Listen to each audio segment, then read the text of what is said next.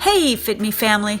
In the last travel edition to Spain, we visited the Basque town of San Sebastian, but now we head out to the heart of Spanish wine country called Rioja. However, on the way we made a stop to the little-known coastal town of Zarautz. Now, Zarautz was once a luxury tourist destination with lavish beachside houses and mansions, but today Zarautz is a far more affordable destination where many of these mansions have been converted into public buildings or they've been torn down and replaced with chic apartment buildings. This town is now known for its surfing, its water sports, and above all, gastronomy. Just walked into a tapas bar here in a small village right outside of San Sebastian. And you have to see what they eat pre-lunch. So these guys, they eat these beautiful tapas even before lunchtime. Let me give you a tour right now. What's crazy about Spain is even if you land in a tiny and obscure town like Zarautz, there's going to be some top-notch restaurants there that can rival any metropolitan city.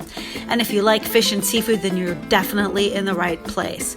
Now, due to its geographical location, fish and seafood are at the core of the cuisine here. There is no shortage of crab, sardines, anchovies, and other fish draping each pincho or tapa.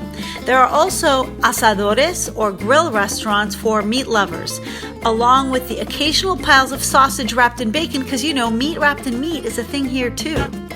But the real draw here is their award-winning specialty called tortilla española.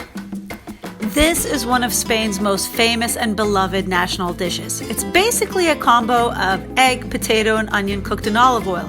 But when attention is paid to the technique, it is one of the most profoundly delicious dishes imaginable. I really like your description of the tortilla. What would you say it's like?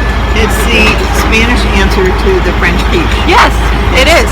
Without the crust, because the potatoes form the crust. Yeah, Very you don't need a tasty. crust. You just Very, need very potatoes. tasty. It's like, it's delicious. So you need to come to Iruña and try the award-winning tortilla española. Definitely. The Spanish quiche. Looking at the produce, you can clearly tell it's all organic by default. Now, this is what real produce looks like, not the pristine, waxy fruits and vegetables that we're used to in the United States. And just because the produce looks funky, it doesn't mean that it doesn't taste amazing. In fact, the fruits and veggies here have a better flavor and smell because they most likely weren't doused with a crap ton of pesticides like in the US. Now, meat is a huge thing here in Spain. It seems like there were hams hanging everywhere, not only in the farmers market, but even in the airports. And the Spanish are like the French. They love their cheese, with cheese-making traditions going back thousands of years. There are over 150 types of cheese here. After a short walk through town, we ended up at the Gastronomic Society for an insiders-only wine tasting. Now, these food clubs are actually at the center of Basque social culture. I found myself fantasizing about opening a food and wine club in my neighborhood, but who am I kidding? I live in Silicon Valley, where high-tech companies build kitchens on every company floor so that no one can escape their long days at work. Okay, snap back into reality. Let's go back to that sweet family that ran the Food and Wine Club. They took us to their special dining room where they made us a massive late lunch. For 3 hours, we feasted on clam chowder, ginormous steaks that looked like they were hacked off a dinosaur, and fresh caught grilled fish. The warmth and the hospitality of the Spanish people reminded me so much of how it is in the Middle East, where they welcome you like family and stuff you until you bust a gut.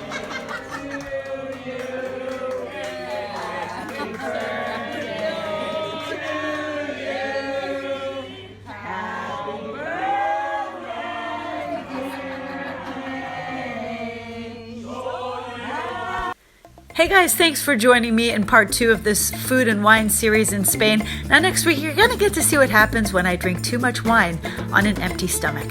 And it's not pretty. Along with a special wine country feast made by a DJ who is as talented with food as he is with music, here on Feast in the Middle East.